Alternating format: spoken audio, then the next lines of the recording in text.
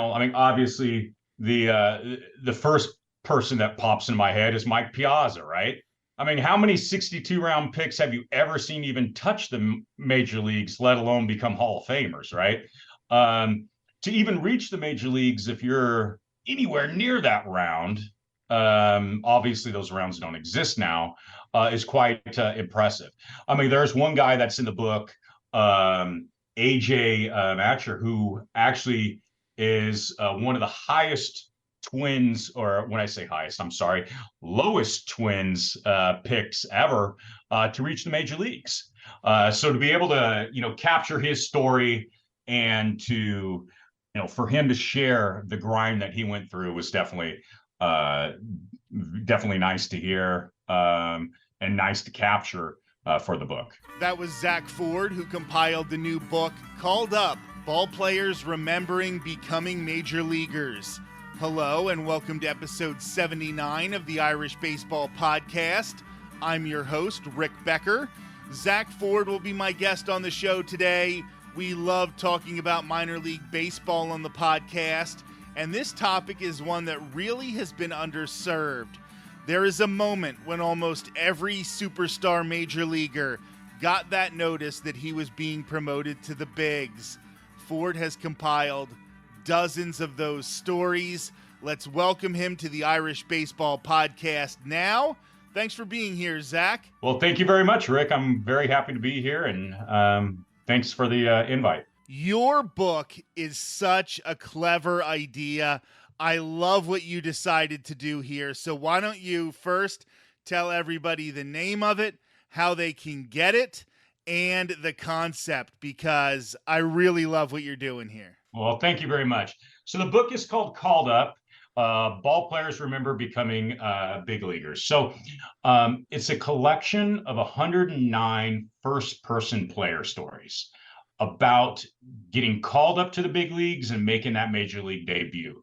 So what I've tried to do, to give you a little bit of a preface here, one of my favorite books growing up when I was a kid was The Glory of Their Times.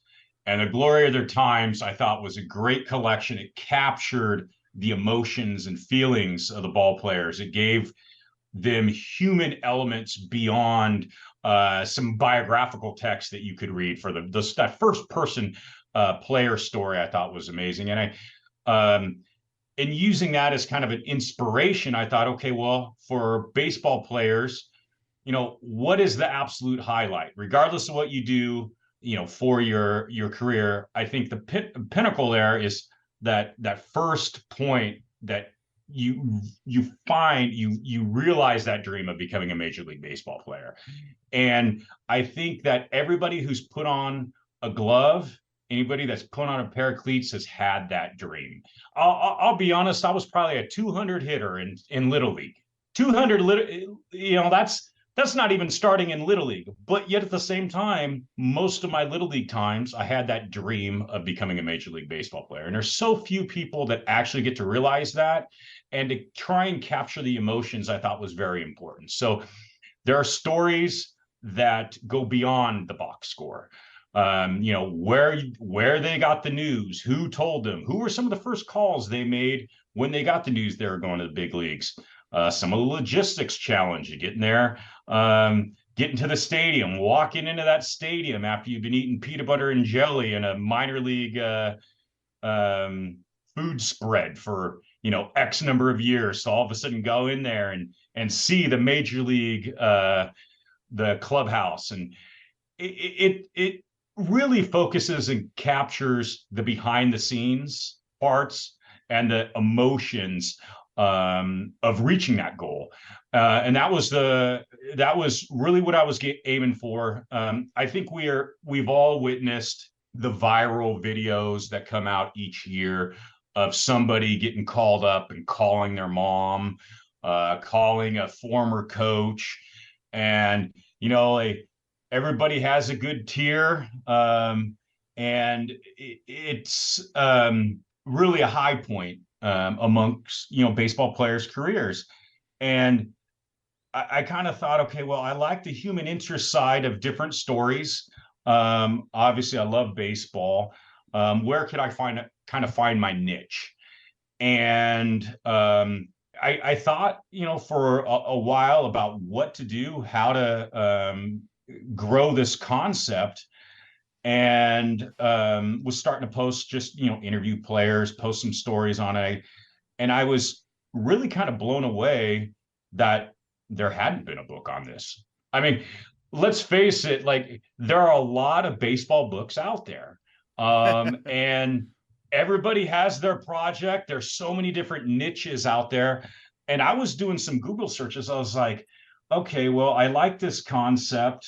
There's got to be something out there. And I kept digging around. And I was like, wow, somebody didn't put together a book on call-ups and debuts yet. That's pretty hard to believe. And I figured, well, you know what? I might as well try and tackle it. So that's what I did. So give us a website where people can go and pick up this book. Well, people could go to calledupproject.com. That will have a little bit of an overview on the book. It will also have some ordering options. McFarlane is already sending direct orders out. I imagine that Amazon, some other sellers, will start shortly. And I just did notice this weekend that Amazon, that McFarlane has decided to release a Kindle book already too. So that Kindle is a available option as well. If somebody wants the book 30 seconds after they hear me saying this, they're able to do it through a Kindle. So there are multiple reasons out there, multiple ways out there, and there's going to be more over the coming weeks. So when you started reaching out to players to be a part of this book, did you have a particular type of player in mind? Because there are players who the high point of their careers is getting that call, and it doesn't go much further than that. Maybe they get a game, maybe they get a quick cup of coffee in the bigs, but that call up might be the only time they have a really big highlight in their career. And then there are players who get that call and then they stay up for a long time. So was there a particular type of player you wanted to cover more, or did you just want to hear from everybody? I kind of took a shotgun approach, where I just reached out to as many people as possible. And my only criteria was that somebody had been called up.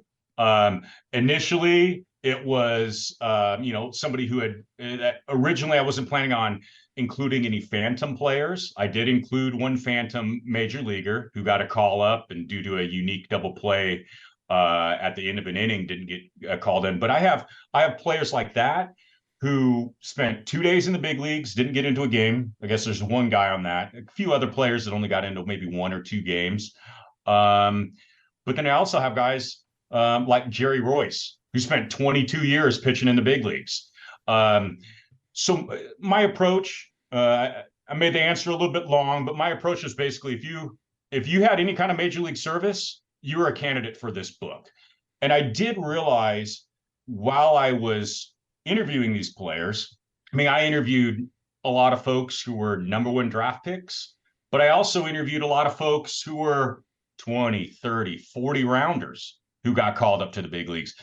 And I found that a lot of those stories for those draft picks, those 30, 40 round draft picks who put in a half dozen, 7, 8, 9 years in the minor leagues before getting that call, oftentimes those stories are stronger. They're better at capturing the emotion and the feelings than those players who, maybe a number 1 draft pick, they make their second spring training.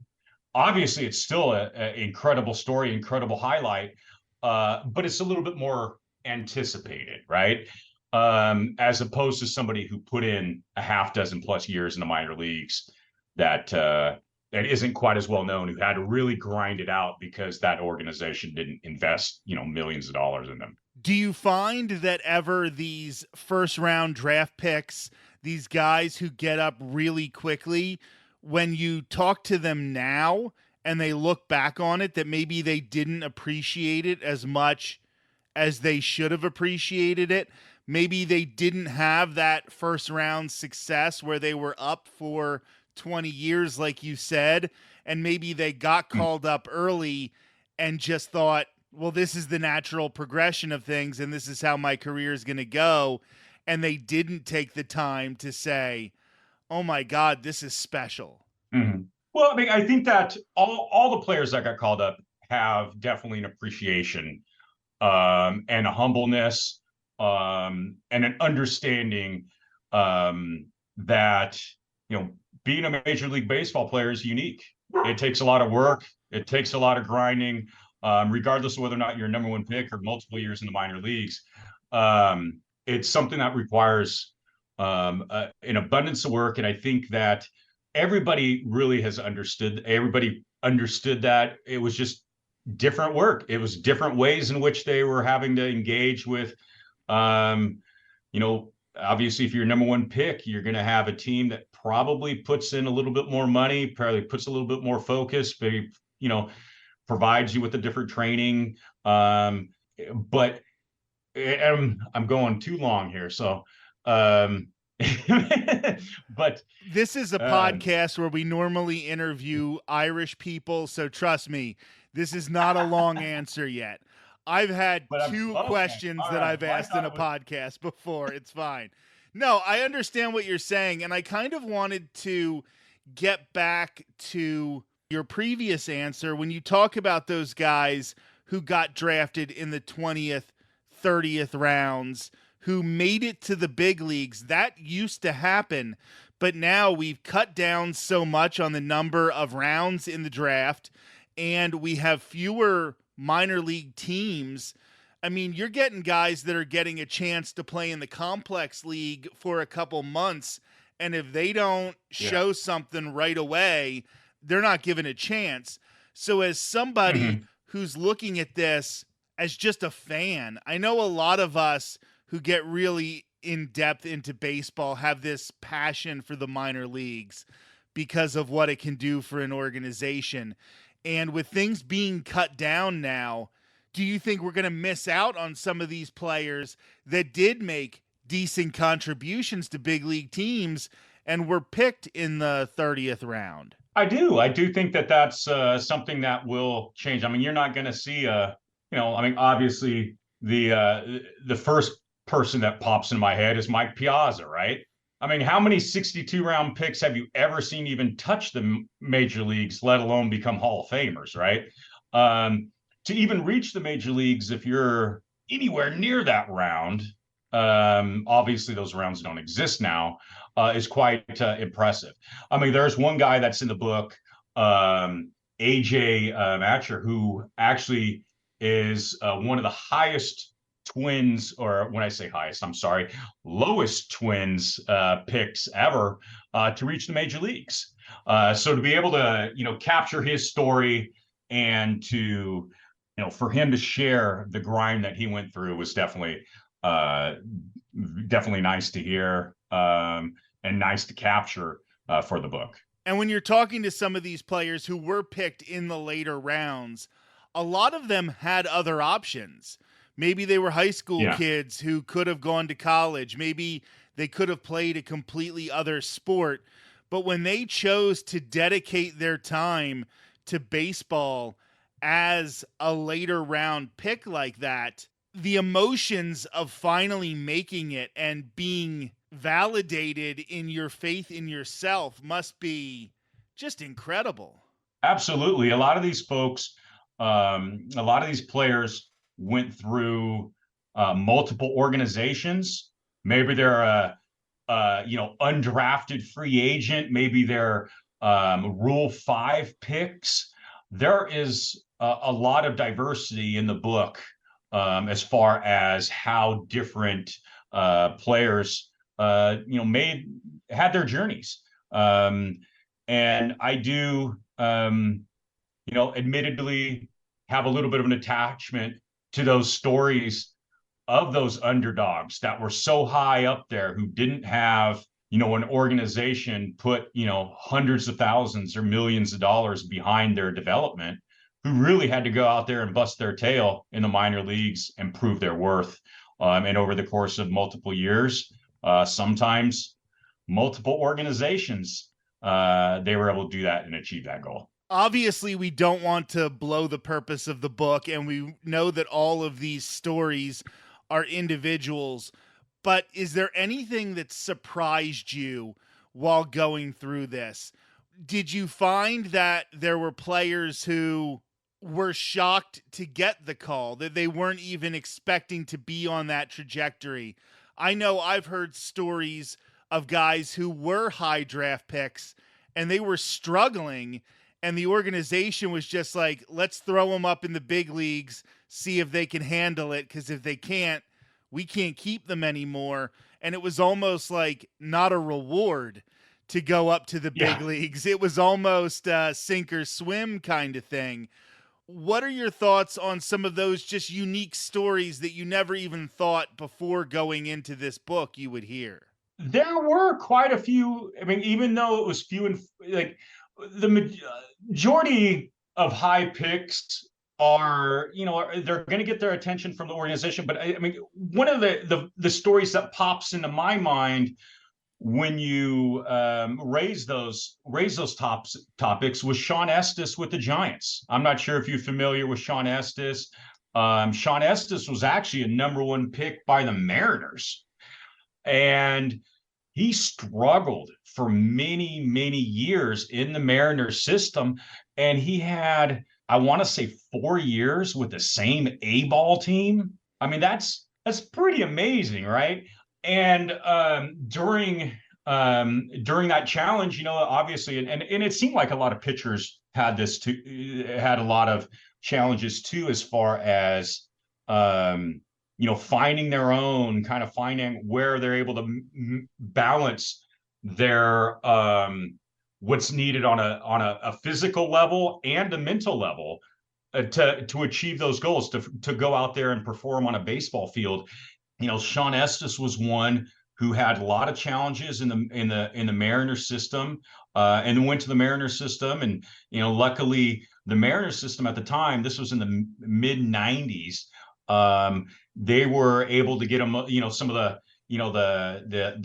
the mental, the psychological help that a lot of the pitchers need. Especially, it seemed like a lot of the pitchers have, some of those challenges going up, how to focus, how to eliminate certain other elements that you're dealing with out there on a baseball field, to really concentrate on the pitch you need to make, and the batter that you're facing, and the next guy, and all that type of stuff. There's a huge element to that amongst pitchers that I didn't really think of before.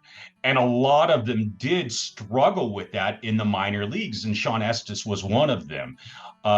So Sean Estes, he starts to get things turned around. He's still an A-ball, and at that time, he was with the Mariners system. And in Mariners, remember, in the mid 90s, they were having really big problems with possibly leaving. And they were in a situation where they had to win now. So they did some trades, and I think it was 95, right? And Sean Estes was one of those ones that came over from the Giants, or to the Giants from the Mariners, that particular year when they were trying to find Major League Baseball players. They got rid of some of their minor leaguers. And then from that, maybe it was a change of scenery, maybe it was just everything kind of coming together. He did indicate to me that going into that particular year, even with the Mariners system, that the Mariners were providing, that training and the development that he needed to try and reach that next level. But it really kind of clicked when he moved over to the Giants and really kind of skyrocketed through their system, and even got a September call-up when he had started the year in A-ball. He's kind of a rare occasion for the higher draft picks. But as hearing his story about being a #1 draft pick, but still having those those challenges of in the minor leagues, of focusing, of the mental side of the game, a lot of the folks were pretty candid with me about that mental side of the game really being a challenge for them when they do turn pro. Because I mean, let's face it, even if you're a low pick, you're going to go through Little League, you're going to go through high school and possibly college. And if you're not the best on your team, you're really amongst the best, right? Even if you're even if you're a 30, 40th round guy, you're probably one of the better guys on your team in high school or college, right? And then all of a sudden to get drafted, get assigned to a minor league, go out there, guess what? Every single player on that field is in the same situation you were, right? I'm your host, Rick Becker, and this has been episode 79 of the Irish Baseball Podcast. One thing we're going to be trying in 2024 will be to preview some of our podcast interviews and allow dues-paying members of the Irish American Baseball Society to ask questions of our guests. I can promise you we are working on some big guests this year. Head to irishbaseball.org right now and make sure you are a dues-paying member. You will not regret it. This is the Irish Baseball Podcast.